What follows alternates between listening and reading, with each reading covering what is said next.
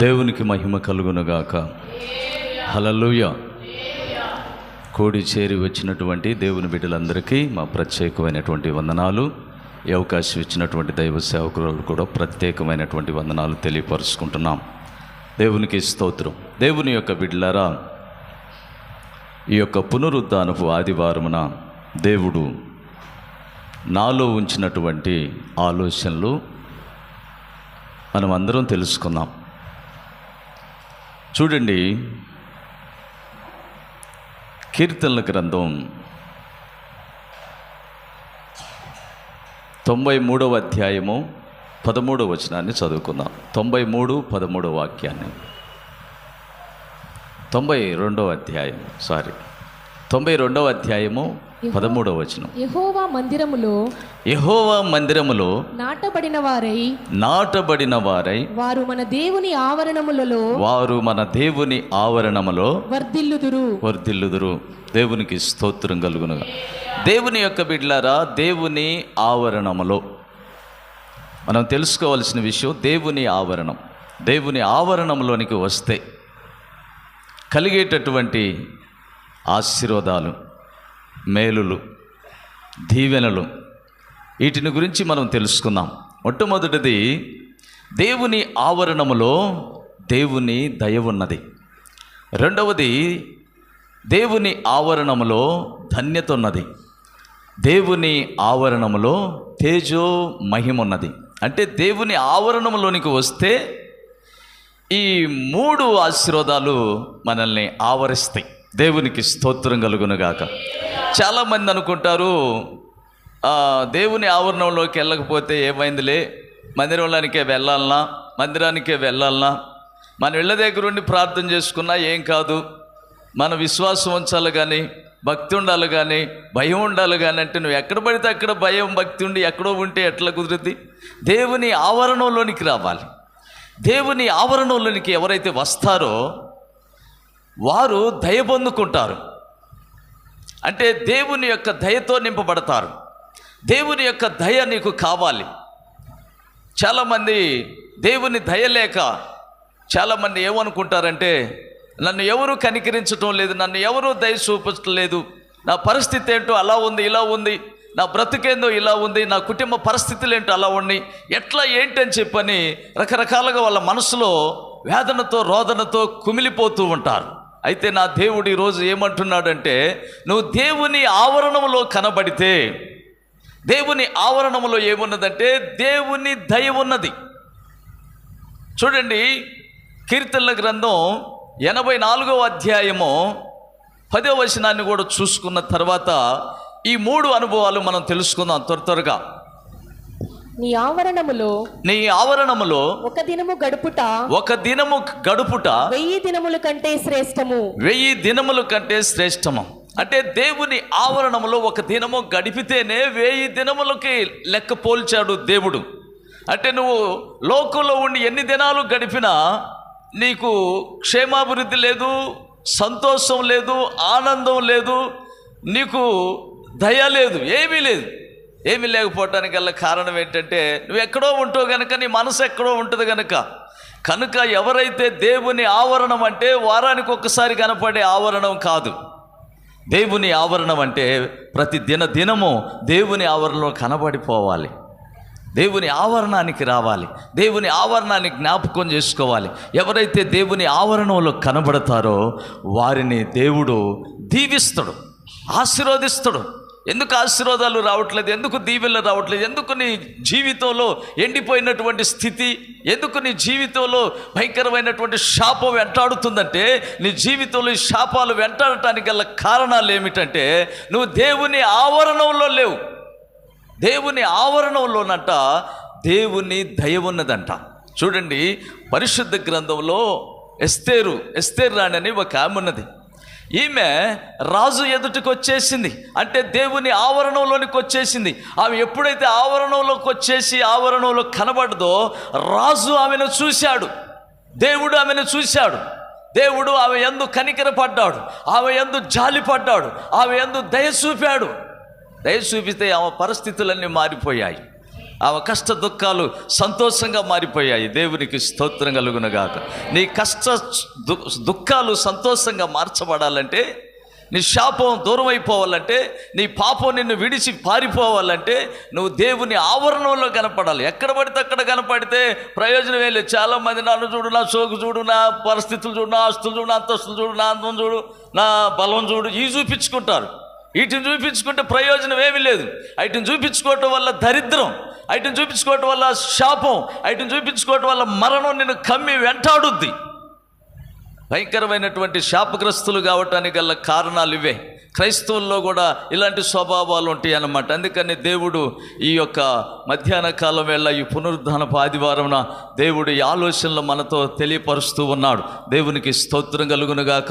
దేవుని యొక్క బిడ్డలారా చూడండి, 5వ అధ్యాయము 2వ వచనాన్ని చదవండి. ఎస్తేరు పుస్తకం. రాణి అయిన ఎస్తేరు ఆవరణములో నిలబడి ఉండుట రాజు చూడగా ఆమె యందు అతనికి దయ పుట్టింది. దేవునికి స్తోత్రం కలుగునుగాక.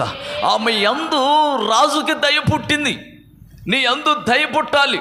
చాలామంది భార్యాభర్తలైనా, తల్లి బిడ్డలైనా, కుటుంబంలో అత్త మామ, అత్త గోడళ్ళైనా సరే, ఈ మీకు ఒకళ్ళ ఎడల ఒకళ్ళకి దయ పుట్టాలంటే నీలో దైవత్వం ఉండాలి. దేవుని ఆవరణాన్ని నువ్వు విడిచిపెట్టకూడదు. దేవుని ఆవరణానికి వచ్చి నువ్వు ఇంటికెళ్ళు, నీ యందు దయ పుట్టుద్ది. బిడ్డల యందు తల్లిదండ్రులకి దయ పుట్టాలన్నా కానీ దేవుని ఆవరణలో నా బిడ్డలు ఉన్నారని ఆ తల్లి, ఆ తండ్రి ఆ బిడ్డల ఎడల ఎంతో దయగలిగి ఉంటారు. భర్త అయినా సరే భార్య ఎడల, భార్య అయినా సరే భర్త ఎడల, తల్లిదండ్రి అయిన బిడ్డలైన, ఈ విధంగా ఎవరైనా సరే ఎవరి ఎడల ఒకళ్ళకి దయ పుట్టాలంటే మొదట నువ్వు దేవుని ఆవరణంలోనికి రావాలి. దేవుని ఆవరణంలోనికి వచ్చేసింది ఎస్తేరు. దేవుని ఆవరణంలో నిలబడి ఉన్నది. ఆమె ఎప్పుడైతే ఆవరణంలో ఉన్నదో అక్కడ ఉన్నటువంటి రాజు, అనగా రాజు అంటే దేవునితో సమానం, క్రీస్తుతో పోల్చబడి ఉన్నదన్నమాట. అంటే మన దేవుడైన యేసయ్య ఈ ఆవరణంలో నిలుచొని ఆయన మన వైపు చూస్తూ ఉంటాడనమాట. మన వైపు చూసినప్పుడు ఆయన మనం దేవుని ఆవరణలో కనబడినప్పుడు నువ్వు ఎలా కనబడ్డావో, ఏ విధంగా కనబడ్డావు, ఏ పరిస్థితుల్లో కనబడ్డావు, ఏ సమస్యలతో ఉండవో, ఏ బాధలతో, ఏ అప్పులతో, ఏ కన్నీళ్లతో, ఏ వేదనతో నువ్వు మునిగిపోతున్నావో, ఆ మునిగిపోయినటువంటి దానిలో నుంచి నిన్ను లేపి నీ యందు దయగలిగి ఆయన నీకు సంతోషాన్ని ఇచ్చి పంపిస్తాడు. దేవునికి స్తోత్రం కలుగునుగాక. నీకు సంతోషం కలగాలంటే, నీకు ఆనందం కలగాలంటే, నీ కుటుంబంలో సమాధానం ఉండాలంటే, నీ కుటుంబంలో మేలుగా ఉండాలంటే, మీ కుటుంబంలో ఉన్నటువంటి ప్రతి సమస్యలు పోయి ఆశీర్వాదకరంగా నువ్వు ఉండాలంటే నువ్వు ఏం చేయాలి? మొట్టమొదటిగా చెప్పండి, దేవుని ఆవరణంలో కనబడాలి. దేవుని ఆవరణంలోనికి రావాలి. దేవుని ఆవరణంలో నువ్వు కనబడాలి. ఆయన ఆవరణంలో ఏమున్నదంటే దయ ఉన్నది. చాలామందికి తెలియదు. చూడండి, ఇక్కడ శామ్యూయలు మొదటి అధ్యాయము 2వ అధ్యాయం, మొదటి శామ్యూయలు పుస్తకం 2వ అధ్యాయము 26వ వచనంలో ఇక్కడ శామ్యూయలు దేవుని దయయందును మనుషుల దయయందును వర్ధిల్లుచున్నాడంట. చదవండి, దేవుని దయయందును శామ్యూయలు ఇంకను ఎదుగుచు యెహోవా దయయందును మనుషుల దయయందును వర్ధిల్లుచుండెను. దేవునికి స్తోత్రం కలుగునుగాక. అతను ఇంకా ఎదగాలి. అప్పటికే మనం వయసు అయిపోయింది, ఇంక ఎదిగినట్టు అనుకోండి. ఈ వయసుతో సంబంధం లేదు మనకి. మనం ఆత్మ సంబంధం, మనకి ఇక మరణం లేదు. ఈ శరీరం మరణం అయిపోద్ది. ఈ శరీరం కొద్ది కాలమే ఉంటుంది. కనుక మనం అంతా దేవుని సన్నిధిలో చిన్న బిడ్డలమే, పసిబిడ్డలమే. మనం ఏమి చేయాలంటే దేవుని సన్నిధిలో ఇంకనూ ఎదుగుచూ ఉండాలి. ఎదుగుచూ ఎలా ఉండాలంటే దేవుని దయయందును మనుషుల దయయందును మనం వర్ధిల్లుచూ ఉండాలి. అలా వర్ధిల్లినప్పుడు దేవునికి సంతోషం కలుగుద్ది. నీ యందు దయ పుట్టుద్ది. దేవునికే కాదు, దేవుని యందు దయ కలిగినటువంటి వారి ఎడల మనుషులకు కూడా దయ పుట్టుద్ది. దేవునికి స్తోత్రం కలుగునుగాక. ఎందుకు నీ ఎడల వాళ్ళు వీళ్ళు ఇట్లా అనుకుంటున్నారు, అట్లా ఇట్లా అని మనసులో వేదన పడతారు కొంతమంది. నేను మంచి వ్యక్తినే, అట్లాంటి వ్యక్తిని, ఇట్లాంటి వ్యక్తినే, వాళ్ళేంటి ఇట్లా నన్ను చూసి ఇట్లా అనుకుంటారు. వాళ్ళకి నీ యందు దయ కలగాలంటే మొదట నువ్వు దేవుని యందు దయ పొందుకోవాలి. దేవుని ఆవరణంలో నువ్వు కనబడాలి. దేవుని ఆవరణంలో ఎవరైతే కనబడతారో వారు దయను పొందుకుంటారు. దేవుని ఆవరణం అంటే ఏదో చాలా సింపుల్గా ఉంది. ఒక ఆమె అన్నది కదా నాతోటి, ఏంటి పాస్టర్ గారు మందిరానికే రావాలనా, పాస్టర్ గారే ప్రార్థన చేయాలనా, పాస్టమ్మ గారే ప్రార్థన చేయాలనా, వాళ్ళు చేయకుండా దేవుడు మా ప్రార్థన ఆలకించడా అని అన్నది. వింటున్నారా? పాస్టర్ గారే ప్రార్థన చేయాలా, పాస్టర్ గారు చేయకుండా, పాస్టమ్మ గారు చేయకుండా దేవుడు మా ప్రార్థన ఆలకించడా? ఏ పాస్టర్ గారు అని అడిగింది నన్ను ఒక ఆమె పెద్ద చదువు చదువుకున్నామే, మామూలు చదువు చదువుకున్నాం కాదు. ఆమె హైదరాబాద్లో ఉంటుంది. దేవునికి స్తోత్రం కలుగునుగాక. పెద్ద కారు వేసుకొని వచ్చి నన్ను ప్రశ్న వేస్తుంది. ఆమె కంటికి నేను చాలా చిన్నవాడిగా, చిన్న పాస్టర్గా ఎందుకు పనికిరాని వాడు కనపడ్డ వాళ్ళకి ఈ మాటలు వేస్తూ ఉంది. దేవునికి స్తోత్రం కలుగునుగాక. ప్రభు అయిన దేవుడు తన సేవకుని ప్రార్థన మాత్రం ఆలకిస్తారని పరిశుద్ధ గ్రంథంలో రాయబడి ఉంది. దేవుని సేవకుడు ప్రార్థన చేస్తేనే దేవుడు ఆలకిస్తాడు. దేవుడు దయగలుగుద్ది. దేవుడు దయగలిగి నిన్ను ఇష్టపడతాడు అన్నమాట. నిన్ను ఇష్టపడాలంటే దేవుని సేవకుడికి భూలోకమందు దేవుడు తన సేవకునికి తాళపు చేతులు ఇచ్చిండు. దేవునికి స్తోత్రం కలుగునుగాక. మత్తయి సువార్తలో ఉంటుంది చూడండి. మత్తయి సువార్త 16వ అధ్యాయము 18, 19లో ఉంటుంది. కనుక దేవుని యొక్క బిడ్డలారా చదువమ్మా. మరియు నీవు పేతురువు ఈ బండ మీద నా సంగమును కట్టుము. పాతాళ లోక ద్వారములు దాని ఎదుట నిలువ నేరవని నేను నీతో చెప్పుచున్నాను. 19 పరలోకపు రాజ్యము యొక్క తాళపు చెవులు నీకిచ్చెదను. నీవు భూలోకమందు నీవు దేనిని బంధించుదువో అది పరలోకమందు బంధించబడును. భూలోకమందు దేనిని ఇప్పుదువో అంటే ఎవరి కోసం నువ్వు ప్రార్థన చేస్తావో వారి నీ ప్రార్థన నేను ఆలకిస్తాను. నీవు పరలోకానికి అర్హుడివి అని సేవకుడు ఇష్టపడాలి, సేవకురాలు ఇష్టపడాలి. అప్పుడే దేవుడు ఇష్టపడతాడు. అక్కడ ఇచ్చాడు. ఆమె అంటది నా ప్రార్థన ఆలకించడా అన్నాడు. ఏంటి నీ ప్రార్థన ఆలకించేది? ఇంకెక్కడ నీ ప్రార్థన ఆలకిస్తారు? అది యేసు ప్రభు తాళపు చేతులు సేవకుడికి ఇచ్చా. సేవకుడు ఏం చెబితే అదే జరుగుద్ది భూమి మీద. సేవకుడు పరలోకం అంటేనే పరలోకం, లేకపోతే నీకు పరలోకం లేదని చెప్పించిండా పోయినట్టే. దేవుడు సేవకుడిని ఏమన్నాడు అనుకుంటాడు, ఏమన్నా అంటాడేమో అనుకుంటావేమో నువ్వు. అన్నీ పందాలు, కోపాలు, రోషాలు, కోపాలతో కూడింది ఎవరు బాగా. దేవునికి స్తోత్రం కలుగునుగా. అందుకని దేవుని యొక్క బిడ్డలారా, దేవుని సేవకుడు ప్రార్థన చేస్తేనే నువ్వు దీవించబడతావు. దేవుని సేవకుడు నిన్ను అంగీకరిస్తేనే యేసు ప్రభు అంగీకరిస్తావు. లేకపోతే అంగీకరించడు. నువ్వు ఎంత భక్తిపరుడు అయినా, ఎంత భక్తిపరురాలు అయినా, నువ్వు అన్నగానే నువ్వు అంతవరకే నీకు తెలిసింది, ఇంకేముండదు. అందుకని దేవుని సేవకుడు చెప్పిందే వినాలి. దేవునికి స్తోత్రం కలుగునుగా. దేవుని సేవకుడిని దేవుడు ఏర్పాటు చేసుకున్నాడు అనమాట. సేవకురాలను ఏర్పాటు చేసుకున్నాడు. సేవకుడి స్థానంలో సేవకుడు లేనప్పుడు సేవకురాలను పెట్టిపోతారు. సేవకుడు పెట్టిపోయినప్పుడు సేవకురాలేక. ఎందుకంటే ఈ పరిశుద్ధ గ్రంథంలో స్త్రీ అని పురుషుడని లేడు. క్రీస్తులోనికి వచ్చిన తర్వాత రేపు పరలోకంలో మనం అంతా పురుషులమే. దేవునికి స్తోత్రం కలుగునుగా. ఇంకా అక్కడ స్త్రీలు లేరు, ఏం లేదు. ఇంకంతా పెళ్లి కుమార్తె అంటే మనం అంతా ఒకటేనమాట. నేనైనా మీరైనా మనం అంతా ఒకటి. ఈ శరీరం ఉండగానే ఈ లోకంలో ఈ సంతానం కోసం వీళ్ళు స్త్రీలు, వాళ్ళు పురుషులు, అట్టా ఇట్టా ఇవన్నీ. ఇక ఈ తర్వాత ఏముండవు. ఈ శరీరం దాంట్లో పోయినాక మట్టిలో పోయిన తర్వాత ఇక మహిమ కలిగిన శరీరం వచ్చింది. ఆ శరీరం వచ్చిందంటే ఆ శరీరంలో యేసు ఆత్మ రగులుతూ ఉంటుంది అనమాట. ఆ శరీరాన్ని ఈయటం కోసమే ఈ భక్తి, ఈ యొక్క ఉపదేశం, ఈ యొక్క ప్రార్థనలో ఈ విధానాలన్నీ, ఇవన్నీ జరగటానికి గల కారణాలు అవే. దేవునికి స్తోత్రం కలుగునుగా. అందుకని దేవుని యొక్క బిడ్డలారా, రేపు పరలోక రాజ్యంలో యేసయ్యతో మనం ఉండాలంటే సేవకులు యొక్క అడుగుజాడలు సేవకులు చెప్పినట్టు నడుచుకోవాలి. పౌలు గారు అన్నాడు, నేను క్రీస్తును పోలి నడుచుకున్న ప్రకారం మీరు నన్ను పోలి నడుచుకోమన్నాడు కదా. నడుచుకోవద్దు అనలేదు కదా. నేను మనుషుడిని ఏముందన్నాడా? మనుషుడిని ఆయన దేవుడు ఏర్పాటు చేసుకున్నాడు, సేవకుడిగా అభిషేకించుకున్నాడు, బలపరుచుకున్నాడు, ఆయన స్థిరపరుచుకున్నాడు. ఆయన చెప్పినట్టు నువ్వు వినకపోతే రేపు ఆయన మాట నువ్వు పరలోకంలో ఆయన చూడలేదు కదా. నువ్వు ఎట్లా ఏంటి అనేది ఆయన మాట వింటవో లేదు చెప్పలేము. సాతాను దూతలు వాళ్ళు అందుకే భూమి మీద పడి దెయ్యాలు అయిపోయారు. ఆ దెయ్యాలు పట్టిన వాళ్ళంతా రేపు నరకానికి పోతారు.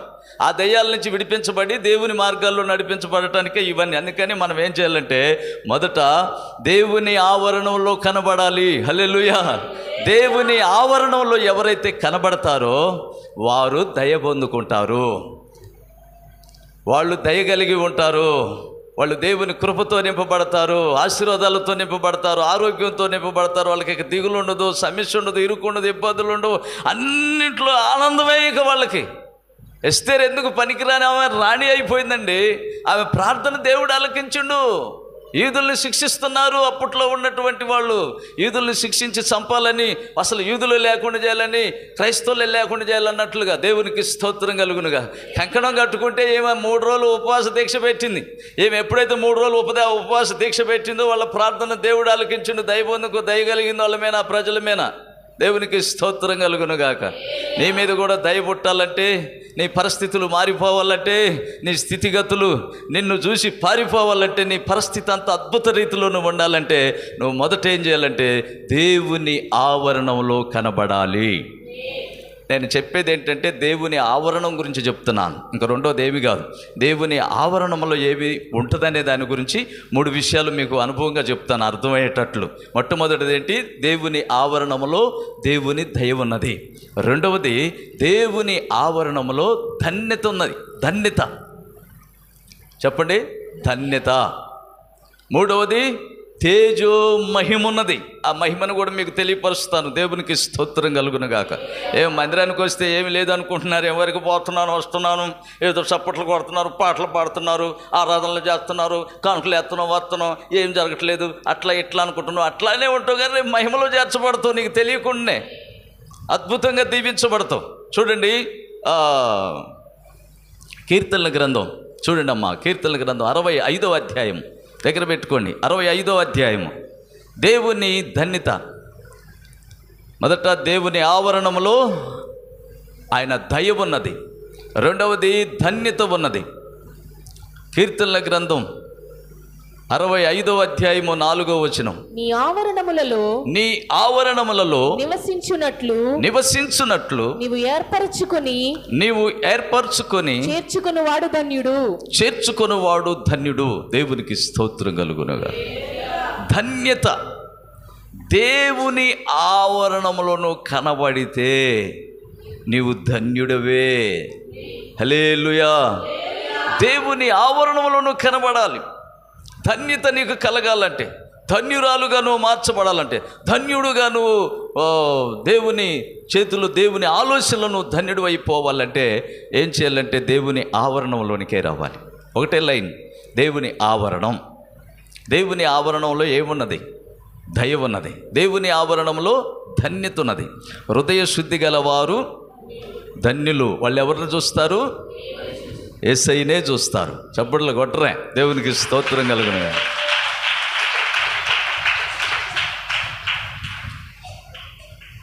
కనికరించనే కృప నన్ను కడవరి దినమునకై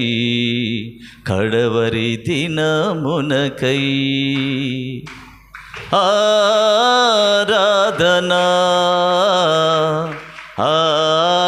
ఆరాధనా ఆరాధనా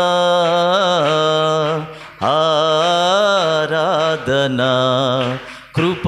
కృపాయని పాడుచు కృపాసనం చేరెదను. కృపాయని పాడుచు కృపాసనం చేరెదను. లోపములేని సౌందర్యముతో నీ ఎదుటనే నిలుచుటకు, లోపములేని సౌందర్యముతో నీ ఎదుటనే నిలుచుటకు, నీ అభిషేకమే నా బల సూచకమై, నీ అభిషేకమే నా బల సూచకమై, జయధ్వజమాయను నా యాత్రలో, జయధ్వజమాయను నా యాత్రలో. ఆరాధనా ఆరాధనా. హల్లెలూయా. రేపు మనం లోపం లేని వారి వలె, అంటే లోపం లేని వారిగా ఆయన ఎదుట నిలబడాలి. లోపం ఉండకూడదు. ఎందుకంటే యేసయ్యలో ఏ లోపం లేదు. కనిపెట్టారు, కనిపెట్టిన వాళ్ళంతా లోపం లేని వారిగా సరిచేసుకోబడ్డారు. ఆయనలో ఏ లోపం లేదు. ఆయన ఎట్టివాడై ఉన్నాడు, అట్టివారమై ఉండాలి. ఆయన పరిశుద్ధుడై ఉన్నాడు, పాపం లేనివాడు. ఆయన పరిశుద్ధుడు గనుక మీరు పరిశుద్ధులై ఉండాలని దేవుని వాక్యం సెలవిస్తుంది. అందుకని ఆయన ఆవరణంలోనికి నీవు వచ్చినప్పుడు మీరు హృదయ శుద్ధి గలవారై హృదయ శుద్ధిని చేసుకోవాలి. ఆయన ఆవరణంలో మీ తలంపులను మార్చుకోవాలి, మీ స్థితిగతులు మార్చుకోవాలి, మీ విధానాలు మార్చుకోవాలి, మీ సరిహద్దులు విశాలపరుచుకున్నట్లు మీ పద్ధతులను మార్చుకోవాలి. మార్చుకోవటం కోసం మనం ప్రభు దగ్గరికి రావాలి. రోజు రోజుకి మారిపోతూ ఉండాలి, క్షణం క్షణంకు మారిపోతూ ఉండాలి. పోయిన వారం వల్లే ఈ వారం ఉండకూడదు, పోయిన సంవత్సరం వల్ల ఈ సంవత్సరం ఉండకూడదు, నిన్నటి వల్ల ఈరోజు ఉండకూడదు, ఈరోజు వల్లే రేపు ఉండకూడదు. రేపు ఏమై ఉన్నదో తెలియదు కనుక మనం అన్ని విధాలుగా మనల్ని మనం సరిచేసుకొని ప్రభు ఎదుట నిలబడాలి. పాపం లేని వారిగా పాపాన్ని తీసివేసుకోవటం కోసమే దేవుని యొక్క ఆరాధనలో, స్తుతి ఆరాధనలో, పరిశుద్ధ జీవితం రావటం కోసమే ఈ యొక్క ఆరాధనలు జరుగుతూ ఉంటాయి. ఇందులో అభిషేకం ఉంటుంది అన్నమాట. ఈ అభిషేకం ద్వారా, క్రీస్తు ఆత్మ ద్వారా మనలో ఉన్నటువంటి అజ్ఞానపు ఆత్మని మనం ఏం చేయాలంటే తరిమివేయాలి, పారదోలాలి. ఆ దృష్టి ఆత్మ చీకటిని తోలివేసుకోవాలి. ఎవరికి వాళ్ళే నడుము బిగించుకోవాలి. ఎప్పటికప్పుడు నీరసంగా ఉండటం కాదు, నీరసంగా ఆరాధన చేయటం కాదు, నీరసంగా భక్తి చేయటం కాదు, నీరసంగా నిలబడటం కాదు. దేవుని ఎదుట కసితో నిలబడాలి. దేవుని ఎదుట మనం రోషం కలిగి నిలబడాలి. మన దేవుడు రోషం కలిగిన వాడు, ఆయన శక్తి కలిగిన వాడు, ఆయన బలం కలిగిన వాడు, ఆయన భూమిని ఆకాశాన్ని ఒక్క మాటతో కలగజేసినటువంటి వాడు. సూర్య చంద్ర నక్షత్రములారా మీరు కలుగునుగా కంటే కలిగాయి. అంత కృప కలిగిన వాడు నా దేవుడు, అంత బలమైన వాడు. చాలామంది అనుకుంటారు బలం అంటే ఎట్లా ఉంటుందో అనుకుంటారు. బలం అంటే ఎదుటివారిని తిరగబడి ఎదుటివారిని బాధ పెట్టేది బలం కాదు, ఎదుటివారిని తృప్తిపరిచేది బలం. దేవునికి స్తోత్రం కలుగునుగాక. ఎదుటివారికి జ్ఞానాన్ని ఇచ్చేదే బలం, ఎదుటివారికి మంచి మార్గాన్ని చూపించేదే బలం, ఎదుటివారిని ఆదరించేదే బలం. ఎదుటివారిని బాధించేది బలం అనుకుంటారు. నేనంటే ఏమనుకుంటున్నావు అంటారు కొంతమంది. తెలిసి తెలియనటువంటి పిచ్చోళ్ళు. వీళ్ళకి మైండ్ పనిచేయదు, వీళ్ళకి ఏం అర్థం కాదు. నిజం దేవుని యొక్క బిడ్డలారా, తగ్గించుకోవాలి, తనను తాను తగ్గించుకోవాలి. ఎంత తగ్గించుకుంటే అంత బలం ఉంటుంది దేవుని ఎదుట. దేవునికి స్తోత్రం కలుగునుగా. దేవుడు సంతోషిస్తాడు, ఆనందిస్తాడు అన్నమాట. నా బిడ్డలు బలం కలిగి ఉన్నారు, నా బిడ్డలు కృప కలిగి ఉన్నారు, నా బిడ్డలు తీర్మానించుకున్నారు, పవిత్రంగా పరిశుద్ధంగా అప్పగించుకున్నారు, పాపం లేనివారిగా. పాపం మనిషిని బాధ పెట్టుద్ది, పాపం నిన్ను ఆర్చేసింది. పాపాన్ని తీసివేసుకోవటం మంచిదన్నమాట. నేను ఎప్పుడు ఒక మాట అంటాను, దేవుని సేవకులు ఎప్పుడైతే ఎవరినైతే గద్దాయించి దేవుని వాక్యాన్ని ప్రకటిస్తారో వాళ్ళే నిజమైన సేవకులు. అంతేగాని దేవుని సేవకులు గద్దాయించకుండా మిమ్మల్ని మీకేదో చెప్పి ఏదో మాయ మాటలు చెప్పి మిమ్మల్ని సంతోషింపజేసి లోక సంబంధమైన కథల ముచ్చట్లు చెప్పి ఏదో దేవుడు ఆశీర్వదించిన పోయిందంటే ఏంటండి? అది అసలు వాక్యమేనా? అది అసలు మంచి మార్గమేనా? అది అసలు దేవునికి నచ్చే మాటలే కావు, దేవుని ఆలోచనలు కావాయి. అది సాతాను ఆలోచనలు, సొంత ఆలోచనలు, తెలియని ఆలోచనలు. హల్లెలూయా. అందుకని దేవుని యొక్క బిడ్డలారా, దేవుని ఆవరణంలో ధన్యత ఉన్నది. హృదయ శుద్ధి గలవారు ధన్యులు, వాళ్ళు దేవుణ్ణి చూస్తారు. హృదయ శుద్ధి చేసుకోవాలి. ఇప్పుడు మనం దేవుణ్ణి చూడబోతున్నాం, ఆయన జ్ఞానాన్ని చూస్తున్నాం, ఆయన కృపను చూస్తున్నాము. ఇప్పుడు ఆయన యొక్క తేజో మహిమను చూడబోతున్నాం. ఎక్కడా? ఈ మందిరంలో ఇప్పుడే. చప్పట్లు కొట్టండి, హల్లెలూయా. ఇప్పుడే చూడబోతున్నాం మనం. హల్లెలూయా. చూడండి, యెహెజ్కేలు గ్రంథం 10వ అధ్యాయము 3-4 వాక్యాన్ని మనం చదువుకుందాం. 10వ అధ్యాయము 3-4 వచనాన్ని చదువుకుందాం.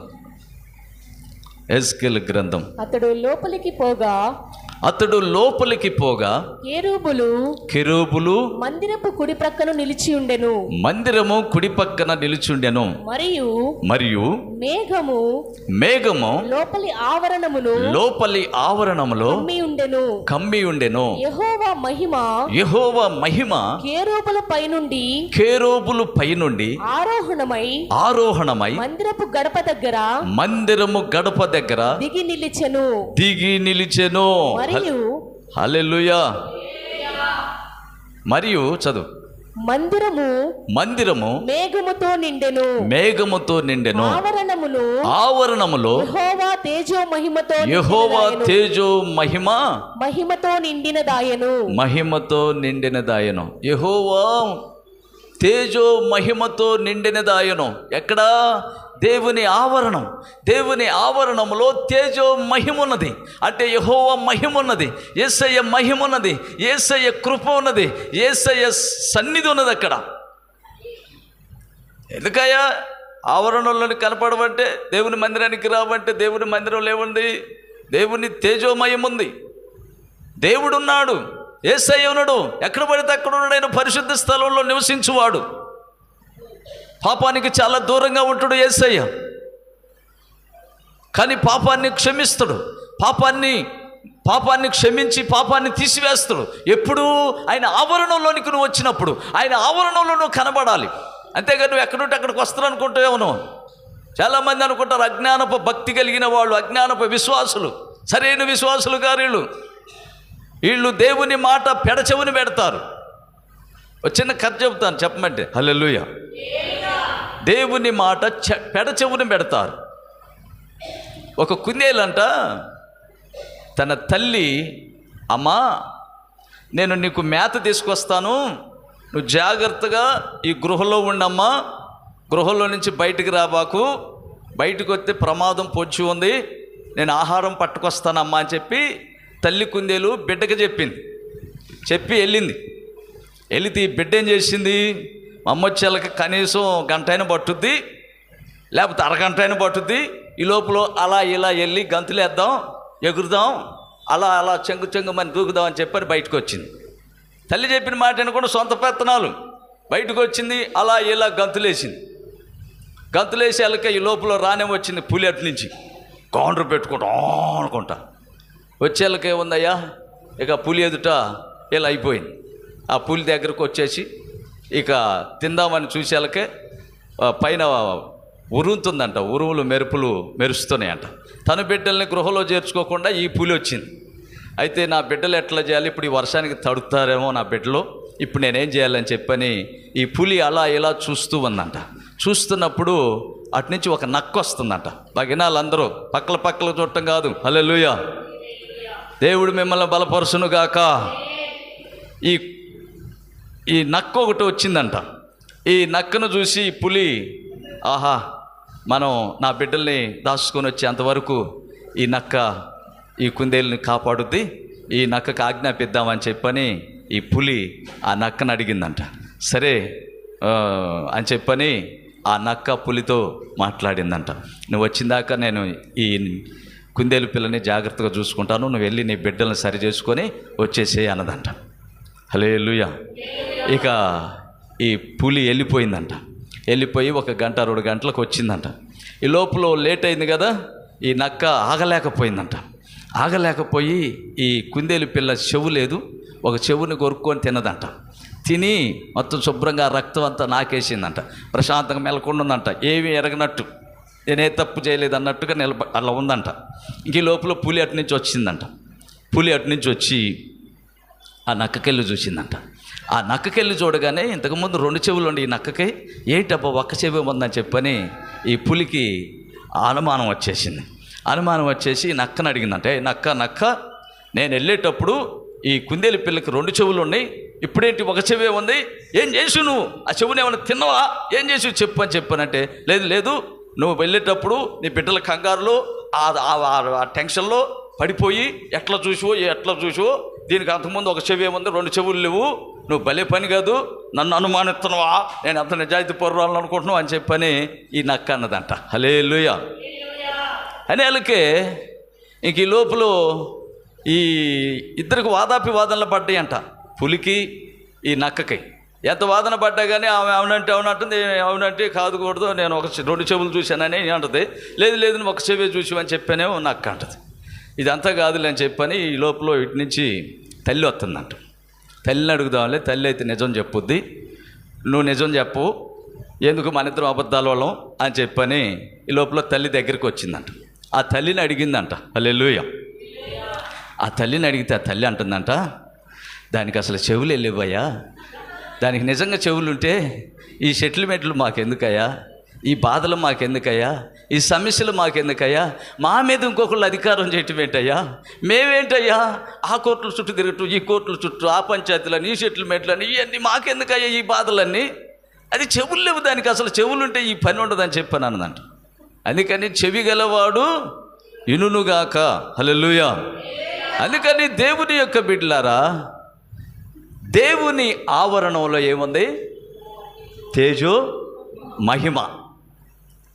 తేజో మహిమ ఉంది అంటే దేవుని యొక్క ఆత్మ, దేవుని యొక్క మహిమ, దేవుని యొక్క వెలుగు ఉందన్నమాట. ఆ దేవుని యొక్క వెలుగుతో మనం నింపబడాలి. ఈ మాట పెడచెవుని పెట్టకూడదు, దేవుడు చెప్పిన మాట అజ్ఞానంగా ఆలోచించకూడదు, తుడిచివేయకూడదు. రేపు కూడా వాక్యం ఉందా, రేపిందాంలే ఈ లోపల బుడక్క మనం అనుకో, నీ పని ఇంకా అంతే అయిపోద్ది. ఇక నీకు పరలోకం ఉండదు, ఏమి ఉండదు, నువ్వు నరకానికే పోయేది. హల్లెలూయా. నువ్వు పరలోకానికి రావాలంటే ప్రభు మాట అంగీకరించాలి, ప్రభు చెప్తున్నటువంటి మాటలు ఆలకించాలి. ప్రభు అంటే నీకు ప్రత్యేకంగా ఆయన ఆకాశం నుంచి వచ్చి ఇట్లా నిలబడి నీతో మాట్లాడు, దెబ్బ కాలిపోతాను. ఆయన మహిమతో ఉంటాడు, నువ్వు ఎక్కడ బూడిదా, గాలికి లేచిపోద్దు పొట్టు. అందుకని దేవుని సేవకులను ఏర్పాటు చేసుకుని ఆయన చాలా మంచోడు, మనుషుల్లో మనిషిని ఏర్పాటు చేసుకున్నాడు. అదే రాక్షసులను ఏర్పాటు చేసుకుంటే మనం అదురుపోవండి, రాక్షస చెబితే ఏంటో మనం వినమన్నమాట. హల్లెలూయా. అందుకని దేవుని యొక్క బిడ్డలు చాలా జాగ్రత్తగా మనం వివేచించాలి. మొట్టమొదటిది, దేవుని ఆవరణంలో దేవుని దయ ఉన్నది. దయ లేకుండా ఉండవేమో.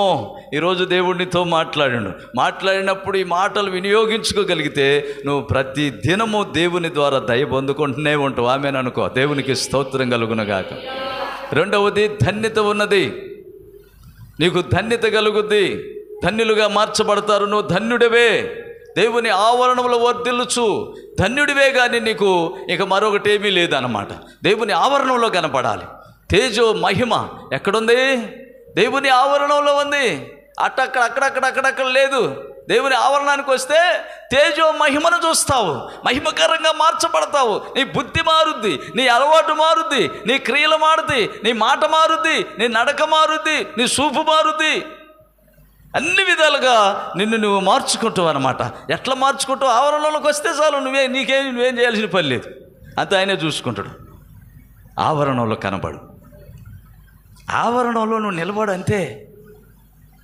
ఏ చదువు సంధ్య లేకపోయినా పర్వాలేదు, నీకు ఏ అందం లేకపోయినా పర్వాలేదు, నీకు ఏ డబ్బు లేకపోయినా పర్వాలేదు, నీకు అందం లేదు, మంచి చీరలు లేవు, లేకపోతే మంచి డ్రెస్సులు లేవు అని చెప్పి ఫీల్ అవుతున్నారు. ఏ డ్రెస్సులతో పని లేదు, తెస్తే ఏం గుడ్లు కట్టుకుని వచ్చింది, మామూలు బట్టలే, పెద్ద అలంకరించుకోవాలా ఏమీ లేదు, ఊరికి వచ్చేట్టు నిలబడ్డది అంతే. భక్తిపరంగా దేవుని యందు భయభక్తులు కలిగి అలా నిలబడ్డది అంతే. రాజుకు దయ పుట్టింది ఆమె యందు, నీ యందు కూడా దయ పుట్టింది. దేవుడికి దయ పుట్టిందంటే ఇక నీ పని అట్లా ఇట్లా ఉండదు. మళ్ళీ కారులో తిరగాలని ఊహించుకోవద్దు. దేవుడు ఇచ్చిన తర్వాత ఆ డబ్బును దుర్వినియోగం చేసుకోకూడదు, ఆ ఆస్తులు దుర్వినియోగం చేసుకోకూడదు. దేవుని కొరకు ఖర్చు పెట్టుకుంటూ దేవుని కొరకు నువ్వు ఖర్చు అయ్యి ప్రభు రాజ్యంలో నువ్వు తేలాలి, దేవుని ఎదుట నువ్వు ఉండాలి. అలా చేసుకోవాలి. దేవునికి స్తోత్రం కలుగునుగాక. అందుకని దేవుని యొక్క బిడ్డలారు చూడండి, చివరి మాట చదువుకొని ముగించుకుందాం. దేవునికి స్తోత్రం కలుగునుగాక. చివరి మాట లేవియాకాండం 9వ అధ్యాయము 5-6 వచనం. నువ్వు దేవుని సన్నిధికి నీవు వచ్చినప్పుడు, నీ అర్పణలను తీసుకొని వచ్చినప్పుడు, దేవుని సన్నిధికి నీ బలి అర్పణలను తీసుకొని వస్తావు చూసివా. తీసుకొని వచ్చినప్పుడు అక్కడ నీకు ఏమి కనబడుద్ది, ఏమి ఉంటుంది అనే దాని గురించి నువ్వు తీసుకొని రావాలి. నీకు కలిగిన దాంట్లో తీసుకురావాలి. నీకు దయ పొందుకున్నావు, నువ్వు ధన్యుడు అయ్యావు, ధన్యురాలు అయ్యావు. నువ్వేం చేయాలి? తేజో మహిమను పొందుకోవాలి. తేజో మహిమను మందిరంలో నువ్వు చూడాలంటే నువ్వు అర్పణలను తీసుకొని రావాలి, బలి అర్పణలు తీసుకురావాలి ప్రభు సన్నిధికి. చాలామంది అంటారు మందిరాలకు తీసుకొస్తే పాస్టర్లు సుఖంగా కారులు తిరగటానిక, ఇట్లాంటి పిచ్చి పిచ్చి వాళ్ళు అంతా దయ్యాలు పట్టిన వాళ్ళు, లైవ్లో చెప్పేవాళ్ళు, వాళ్ళు దేవుని సేవకులు కాదు, వాళ్ళు దేవునికి సంబంధించిన వాళ్ళు, దయ్యాలకు సంబంధించిన వాళ్ళు, దేవుని సేవకు ఆటంకంగా మాట్లాడేటటువంటి వాళ్ళు అన్నమాట. వాళ్ళ మాటలు మనం పట్టించుకోకూడదు. హల్లెలూయా. మనం దేవుని పని చేయాలి. ఒకవేళ దేవుని పని సేవకుడు వాళ్ళు చేయలేదనుకో, దేవుడే చూసుకుంటాడు, మనకెందుకో. హల్లెలూయా. మనకేది అంటకుండా ఎవరికి వాళ్ళు బుద్ధి కలిగి భక్తి కలిగి నడుచుకోవాలి. చూడమ్మా, లేవియాకాండం 9వ అధ్యాయము 5, 6 వచనం. మోషే ఆజ్ఞాపించిన వాటిని వారు ప్రత్యక్షపు గుడారమున ఎదుటకు తీసుకుని వచ్చిరి. సమాజమంతయు దగ్గరకు వచ్చి యెహోవా సన్నిధిని నిలువగా మోషే మీరు చేయవలనని యెహోవా ఆజ్ఞాపించినది ఇదే, ఇలాగు చేయుడి, అప్పుడు యెహోవా మహిమ మీకు కనబడుననెను. హల్లెలూయా. దేవుని మహిమ ఎప్పుడు చూస్తారంటే, దేవుని యొద్దకు దేవుడిచ్చిన వాటిల్లో దేవుడు చెప్పినవి తీసుకొని రావాలి. తీసుకొని రాకపోతే నువ్వు దొంగవే. ఎందుకు అనవసరంగా దొంగ అనిపించుకుని నరకానికి పోవటం? అంత బాధ ఏమొచ్చింది నీకు? ఎవరెవరు మాటలు, పనికి మాలిన వాళ్ళ మాటలన్నీ ఏమండి వినొచ్చండి. మనం ఎవరి మాటలు వినకూడదు. దేవుని వాక్యానుసారంగానే మనం ఎవరికి వాళ్ళు నడుచుకోవాలి. దేవుని ఆవరణలోనికి తీసుకొని రావాలి. దేవుని మందిరములో నిలవుండాలి.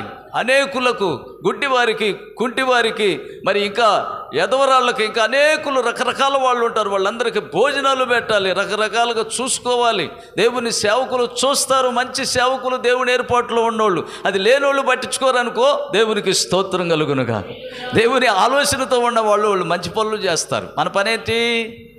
సేవకుడికి ఎక్కడి నుంచి అన్న యేసుప్రభు వీటిని తీసుకొచ్చి మూట తీసుకొచ్చి ఇచ్చిపోతారు అనుకుంటున్నారా? అట్రాడు. విశ్వాసులకి మంచి నడవడి రావాలి, మంచి ఆలోచన రావాలి, మంచి కృప రావాలి, మంచిగా ఆయన్ని చూడాలి. దేవుణ్ణి చూడాలంటే అన్నీ తేవాలా? తెత్తేనే మరి అర్పణలు తేవాలి. హల్లెలూయా. నువ్వు అనుకుంటున్నాడు ప్రతిదీ తీసుకొచ్చి అప్పగించిపోవాలి. నీకెందుకు ఇంట్లో పెట్టుకోవటం? నేను ఎందుకు తీసుకోవాలి? చాలామంది తీసుకుపోతున్నారుగా, అందరు తీసుకుపోతున్నారు, నేను ఎందుకు తీసుకెళ్ళాలి అని చెప్పి అనుకునే వాళ్ళు చాలామంది ఉంటారు. నేను పేదదాన్నేగా, నాకేమి లేవుగా, నేను కొంచెమేగా. ఏమండి, పేదామెకి ఆమె చిన్న కానుక పెద్ద కానుకగా ఇచ్చిండు దేవుడు. ఆమె చిన్న కానుకే కానీ పెద్దగా ఇచ్చిండు. నీకు కలిగిన దాంట్లో నువ్వు దేవుని పని చేసుకో, ఎవరికి వాళ్ళు చేసుకోవాలి మన పని మనం. నేను దేవుడిని ఎరగనప్పుడు నా కాడ రూపాయి కూడా లేదు, అసలు ఏమీ లేవు. ఏం చేయాలో అర్థం కాదు. దైవ సేవకులు మా ఇంటికి వచ్చారు. మా ఇల్లు చిన్న పూరి గుడిస, చెదులు కూడా రాలుతుంది, నిలబట్టడానికి కూడా సరిలేదు. అందులో చిన్న మంచం ఒకటి, ఆ మంచంలో వాళ్ళని పెట్టి వాళ్ళని ఆ మంచంలో ఉండమని మేము బయట పట్టేసుకొని పావులు తిరుగుతుంటాయి. ఆడ పడుకొని మా అమ్మను కొంచెం అడిగి, అమ్మ పాస్టర్లకి కథ చికెన్ పెడితే బాగుంటుందంటమ్మా. చికెన్ పెట్టమని కాదులే, అప్పుడు నాకు తెలియదు కదా నా ప్రేమ, నా యొక్క ఆశ దేవుని సేవకులను అలా మంచిగా చూసుకుంటే మంచిదని నేను మా అమ్మను ఒక 50 రూపాయలు అడుక్కొని, ఆ 50 రూపాయలకి చికెను కేజీ వచ్చింది. అప్పట్లో 50 రూపాయల కేజీ. ఆ కేజీ తీసుకొచ్చా. కేజీ చికెన్ తీసుకొచ్చి ఆ పాస్టర్ గారికి బాగా మంచిగా, మళ్ళీ అందులో కూర వండటానికి ఎల్లిపాయలు, మా అత్తగారు వాళ్ళు ఇల్లు అవతల బజారు. మా పాస్టర్ గారు అడగబోయి వాళ్ళ అమ్మగారిని ఎల్లిపాయలు, ఉల్లిగడ్డలు అయ్యి అడుక్కొని వచ్చింది. నూనె లేదు. నూనె మా అమ్మని అడిగాం, ఏంట్రా ఇంతకుముందు తాగి తిరిగి తగులాడి గొడవలాడి మమ్మల్ని ఇబ్బంది పెట్టు, కేసులని అయ్యాని అన్నీ ఎప్పుడు చూసినా నీ బ్రతుకని తింటారా? మళ్ళీ దేవుణ్ణి నమ్ముకున్నాను, బైబిల్ పట్టుకున్నానని చెప్పి మళ్ళీ వాళ్ళకి వెళ్ళుకొని పెట్టు, ఇవన్నీ పెట్టు, ఏంటి నీకేం పని లేదట్టుకుందని చెప్పని నన్ను రకరకాలుగా నన్ను శోధించేవాళ్ళే, నన్ను ఇబ్బంది పెడుతూనే ఉన్నారు. మరి ఏం చేస్తావు? అట్లా అయిపోయింది నా పని. అయినా కానీ మంచి చేయాలన్న మనసు ఒకటి, మేలు చేయాలని మనసు ఒకటి, ఎదుటివారికి భోజనం పెట్టాలి, సేవకులను బాగా చూసుకోవాలని ఎప్పుడైతే ఆ మనసు నాకు వచ్చిందో, అంచెలంచెలుగా ఏమీ లేకపోయినా కానీ, నా దగ్గర ఆస్తులు అంతస్తులు లేకపోయినా, ఛార్జీలకి డబ్బులు లేకపోయినా, ఏది లేకపోయినా కానీ దేవుడేమో కానీ నన్ను అట్లా సేవకుడుగానే మార్చేసిండు. హల్లెలూయా. రామగుండం వెళ్ళటానికి ఛార్జీలకు కూడా లేవు. హల్లెలూయా. ఏదో ఒక పాస్టర్ని ఎవరో ఒకరు ఇచ్చేవాళ్ళు ఛార్జీలకి. అడగపోతే అయ్యగారు కూడా బాగా చూసుకున్నాడు. కొత్తగా సేవకు వచ్చిండు, పాపం ఇతనికి దేవుడు అంటే బాగా ఇష్టం అట్టుకుంది. బాగా ప్రభువులో నలిగిపోతుండు, బాగా ఏడుస్తుండు, బాగా మోకాళ్ళు వేస్తుండు, దూరంగా ఉండి అయ్యో అయ్యో అని ఏడుతుండు, మోకాళ్ళు ఏమంటే రక్తం కూడా వస్తుంది. ఇంతగా ప్రార్థన చేస్తుందని చెప్పని అతను రమ్మని చెప్పని నేను ఇంట్లో లోపలికి రూమ్లోకి వెళ్ళిన తర్వాత ప్రార్థన చేసి నాకు వచ్చేటప్పుడు ఒక 2000 3000 కానుక ఆయన ఇచ్చి పంపించాడు. హల్లెలూయా, దేవునికి స్తోత్రం. మరి ఇలాంటి సేవకుల్ని ప్రేమిస్తారనమాట. దేవుని సేవకులు ప్రేమించినప్పుడు వాళ్ళు మంచి సేవకులు అవుతారు. ఆ డబ్బులు వ్యర్థంగా కాజేయరు అనమాట. అందుకని మంచి సేవకుల గురించి చెప్తున్నాను. డబ్బులు తీసుకొని ఏదో పిల్లల్ని ఉద్యోగాలు చదివించేయో పెద్ద పెద్ద వ్యాపారం చేసి పాడు చేసి డబ్బులన్నీ పాడు చేసి విశ్వాసులు అవన్నీ చేసేవాళ్ళు, వాళ్ళ గురించి మనకు అనవసరం. హల్లెలూయా. అందుకని దేవుని యొక్క బిడ్డలారా, చివరి మాట అందులోనే ఉంది చూడండి. 9వ అధ్యాయంలోనే 23వ వచనం ఉంటుంది. ఇందాక చదివినటువంటి భాగంలోనే 23వ వచనంలో అద్భుతంగా ఉంటుంది. ఒక మాట చదవండి. మోషే అహరోనులు ప్రత్యక్షపు గుడారములోనికి పోయి వెలుపలికి వచ్చి ప్రజలను దీవింపగా యెహోవా మహిమ ప్రజలందరికీ కనబడెను. హల్లెలూయా. దేవుని మహిమ ప్రజలంతా చూశారు. ప్రజలంతా చూడటానికి గల కారణం వాళ్ళు యెహోవా అంటే మోసే మాటను బట్టి ప్రజలంతా అక్కడికి వచ్చేసారు. దేవుని సేవకుడు మాట వినాలి. దేవుడి సేవకుడు దేవుని మహిమను ప్రజలు చూడాలని ఆశపడుతున్నాడు అన్నమాట. ఇప్పుడు నేను చూశాను, మీరు చూడాలన్నా లేదా? ఎలీషా ఏమంటాడు, అక్కడ ఒక పనివాడు ఉంటాడు. ఆ పనివాడు ఎలీషా చుట్టూన్నటువంటి మహిమను ఈ పనివాడికి కనబడలా. ఈ పనివాడికి మంది మారుబలం వాళ్ళు వస్తుంటే ఆ గుర్రాలు కత్తులు అవన్నీ తీసుకొని ఈ ఎలీషాని కొట్టడానికి వస్తుంటే అయ్యే కనపడతాయి అన్నమాట. వాళ్ళ గుర్రాలు, వాళ్ళ బడితలు, వాళ్ళ కొండ, వాళ్ళ కాడ ఉన్నటువంటి యుద్ధ సామానే కనపడుతుంది. కానీ ఈ ఎలీషా చుట్టూ ఉన్నటువంటి పని సామాగ్రి కనపట్ల ఇతనికి. అయితే ఇతను ధీమాగా కూర్చొని ఉంటాడు అనమాట. ఏంటబ్బా వాళ్ళు అంతమంది వస్తే ఆ విధంగా వస్తుంటే ఇతనేంటి ధీమాగా కూర్చున్నాడు, కదలలేదు, ఏంటి దైవజనుడా, ఏంటయ్యా ఇలాగా అలాగా అని చెప్పని ఊరికి కంగారు పెడుతుంటాడు. కంగారు పెడుతున్న వాళ్ళకే ఈ దైవజనుడు ఏం చేస్తాడంటే, తండ్రి అయిన దేవా ప్రభువా, ఈయన నేత్రములు అంటే ఈయనకి మహిమను చూసే నేత్రాలు తెరువు తండ్రి అని చెప్పని ఈయన కొరకు ప్రార్థన చేయగానే వాని కళ్ళు తెరవబడతాయి. హల్లెలూయా. వాని కనులు ఎప్పుడైతే తెరవబడతాయో ఎలీషా చుట్టూ తిరుగుతున్నటువంటి గుర్రాలు మహిమగల్ల గుర్రాలు అంటే అగ్ని గుర్రాలు అన్నమాట. ఒక్కొక్క గుర్రానికే వాళ్ళ కాడ వచ్చినటువంటి ఎయ్యి కూడా సరిపోవు అనమాట. అంత పవర్ఫుల్ ఇక్కడ మన చుట్టూ ఉంటుంది అనమాట. దేవుని బిడ్డల చుట్టూ అంత పవర్ ఉంటుంది అనమాట. అంత దేవుని శక్తి చుట్టూ తిరుగుతుంటుంది మన చుట్టూ. మనమేదో అనుకుంటాం కానీ ఇవాళ కాలుకి రాయి అయినా తగలకుండా, ఏ బాధ అయినా లేకుండా, ఏ సమస్య అయినా లేకుండా, ఏ రోగం అయినా లేకుండా ఇంతగా మనం ఆరోగ్యకరంగా మళ్ళీ ప్రభు సన్నిధికి నడిపించబడుతున్నాం అంటే మన చుట్టూ దేవుని యొక్క మహిమ అనగా దేవుడు మన చుట్టూ దేవదూతలను పెడతాడనమాట. ఆ దేవదూతలు మన చుట్టూ ఉంటారనమాట. వాళ్ళు మనల్ని ప్రతి నిత్యము కాపాడుతుంటారనమాట. మనం పడుకున్నా లేచినా. కొంతమంది చూసి భయపడి దుప్పటి కప్పుకుంటారు. భయపడి దుప్పటి కప్పుకుంటే ఏమన్నా నువ్వు కాపాడుకోగలుగుతావా? భయపడి దుప్పటి కప్పుకున్నా కాపాడుకోలేవు. దేవదూతలు నీ చుట్టూ ఉంటారన్న మనస్సు విశ్వాసం కలిగి నువ్వు గనక నిద్రపోతే మంచి దర్శనాలతో ఆనందంగా ఆరోగ్యంగా ఉంటావు అన్నమాట. భయంతో ఎంతకాలం ఈ యొక్క భక్తి చేస్తాం, భయంతో ఎంతకాలం మనం బ్రతుకుతాం. భయాన్ని విడిచిపెట్టాలి. భక్తి కోసం మనం ధైర్యంగా ఉండి భక్తి కోసం మనల్ని కట్టుకొని ప్రభు మార్గాల్లో మనం నడుచుకోవాలి. అలా నడుచుకోవాలి. ఎక్కడికి నడుచుకోవాలి? దేవుని ఆవరణలోనికి వచ్చేసేయాలి. దేవుని ఆవరణలోనికి మీరు వస్తే దేవుడు మిమ్మల్ని దీవిస్తారు. అంటే దేవుని ఆవరణలో మీకు దయ కలుగుద్ది అన్నమాట, దయ పుట్టుద్ది అన్నమాట. దేవునికి నీ యందు దయ పుట్టాలి. దేవునికి మన యందు దయ పుట్టాలంటే మనం దేవుని ఆవరణలో ప్రతినిత్యం కనపడాలి. ఆదివారం కనపడితే కాదండి, సోమవారం కూడా కనపడాలి, శనివారం కూడా కనపడాలి. అన్ని వారాల్లో ఆయన ప్రార్థన జరుగుతుందంటే ఖచ్చితంగా కనపడాలి. నేను ఎప్పుడు వచ్చినా ఈ మధ్యలో ఈ మాట ఒకటిసారి వాడుతూనే ఉంటాను. మరి ఎందుకు దేవుడు ఆ మాట అనిపిస్తుండో నాకు తెలియదు. హల్లెలూయా. అందుకని దేవుని బిడ్డలారా, దేవుని ఆవరణంలో కనబడటానికి సిద్ధపడాలి. దేవుని ఆవరణంలో ఎన్ని పనులు ఉండదు సరే, నీకు ఏది ఉండదు సరే, అవి ముఖ్యం కాదు. అవి నిన్ను శాశ్వతంగా వర్ధిల్లా చేసేయగావు, అవి నీకు ధన్యతనిచ్చేయగావు, దయ పుట్టించేయగావు, అవి నీకు తేజో మహిమ వచ్చేది కదా. దానివల్ల ఉపయోగం లేదు, దానికి స్టోరీ లేదు. స్టోరీ లేని పని మనం చేయకూడదు.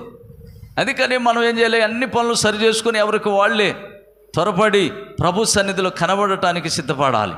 అలా కనబడటానికి నువ్వు సిద్ధపడు. దేవుడు ఈ యొక్క ఆదివారం నీతో ఏమంటున్నాడంటే, నీ యందు నేను దయ కలిగి ఉంటాను అంటున్నాడు దేవుడు. దేవుడు నీ యందు దయ కలిగి ఉండాలంటే, నీ యందు దేవునికి దయ పుట్టాలంటే నువ్వు దేవునికి కనబడు, దేవుని ఆవరణంలో కనబడు. ఆవరణం అంటే ఎక్కడ చెప్పండి, చెప్పరే? దేవుని ఆవరణం అంటే మందిరంలో కనబడాలి. దేవుని సేవకుడు ఇక్కడ నిలబడతారు, కానీ దేవుని సేవకుడుగా చూసేది దేవుడే చూస్తుంటాడు మనల్ని. దేవునికి స్తోత్రం. దేవుని సేవకుల్లో నుంచి దేవుడు చూస్తాడు అన్నమాట. దేవునికి సేవకుడే ద్వారం, సేవకుడే ఆయన వాహనం. ఆ వాహనం ఎక్కి పాడైన ప్రాకారాలను దిట్టపరుచుకుంటూ ఉంటాడు అనమాట దేవుడు. ఇప్పుడు వాహనం, ఇప్పుడు ఆయనకి నేను ఎవరిని? దేవునికి వాహనం. పాస్టర్ గారు ఎవరు? దేవునికి వాహనం. దేవుని వాహనం ఎక్కి ఆయన వస్తాడనమాట. దేవుని వాహనం ఎక్కి మన ముందు కూర్చుంటాడు. ఇప్పుడు నేను గాడిదని, యేసయ్య నా పైన ఉన్నాడు, ఆయన మాట్లాడుతుండు, ఆయన మాట మనకి వినపడుతుంది. ఇంకంతే, ఈ శబ్దం శాశ్వతమైనది. దేవునికి స్తోత్రం కలుగునుగా. ఆయన మాట శాశ్వతమైనది. అందుకని దేవుని ఆవరణంలో తేజో మహిమ, ఆ మహిమ దేవుని సేవకులు ప్రార్థన చేసినప్పుడు, మనసిప్పి ప్రార్థన చేసినప్పుడు, దేవుని బిడ్డలు దేవుని ఆవరణలో కనబడ్డప్పుడు, అక్కడ ఏ గలిబిలి, సాతాను గలిబిలి లేనప్పుడు ప్రార్థన చెయ్యగా వారందరూ దేవుని తేజో మహిమను కళ్ళారగా దేవుణ్ణే చూశారు. హల్లెలూయా. యేసయ్యని వాళ్ళు చూశారు. యేసయ్యని నువ్వు ఇక చూస్తే ఇక నీకు ఎటు చూడబుద్ధి కాదు, ఇంకెటు చూడబుద్ధి కాదు. చూడాలనుకున్నా కానీ అది నీ మనసులో నుంచి వెంటనే వెళ్ళిపోద్ది, అది నిలవదు, దానికి తావు లేదు. తావరం లేకుండా చేసుకోవాలి. దేవుడు మనలో ఉండాలి, దేవుని ఆలోచన మనలో ఉండాలి, దేవుని కృపతో మనం నింపబడాలి. అందుకే హృదయ శుద్ధి గలవారు ధన్యులు, వాళ్ళు దేవుడిని చూస్తారని మనం ఇందాక కొంచెం తెలుసుకున్నాం. పరిశుద్ధ లేఖనాలు ఎక్కడ పట్టినా ఈ మాటలే ఉంటాయి అన్నమాట. హృదయ శుద్ధి గలవారు ధన్యులని. పరిశుద్ధులు. పరిశుద్ధత లేకుండా ప్రభుని ఎవరు చూడలేరు. ప్రభువుని చూడాలంటే పరిశుద్ధత అవసరం అన్నమాట. పాపాన్ని విడిచిపెట్టాలంటే నీ వల్ల కాదు. నువ్వు దేవుని ఆవరణలో కనబడు. దేవుడే నీ అందు దయ కలగజేసుకొని ఆయనే నీ అందు ఉంటాడు.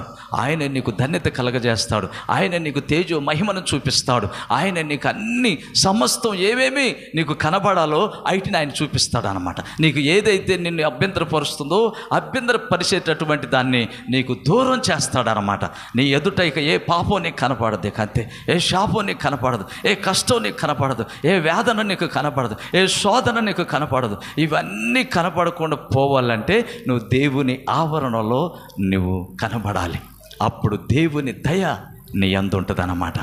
తర్వాత ధన్యత ఉంటుంది అన్నమాట, తేజో మహిమ ఉంటుంది అన్నమాట.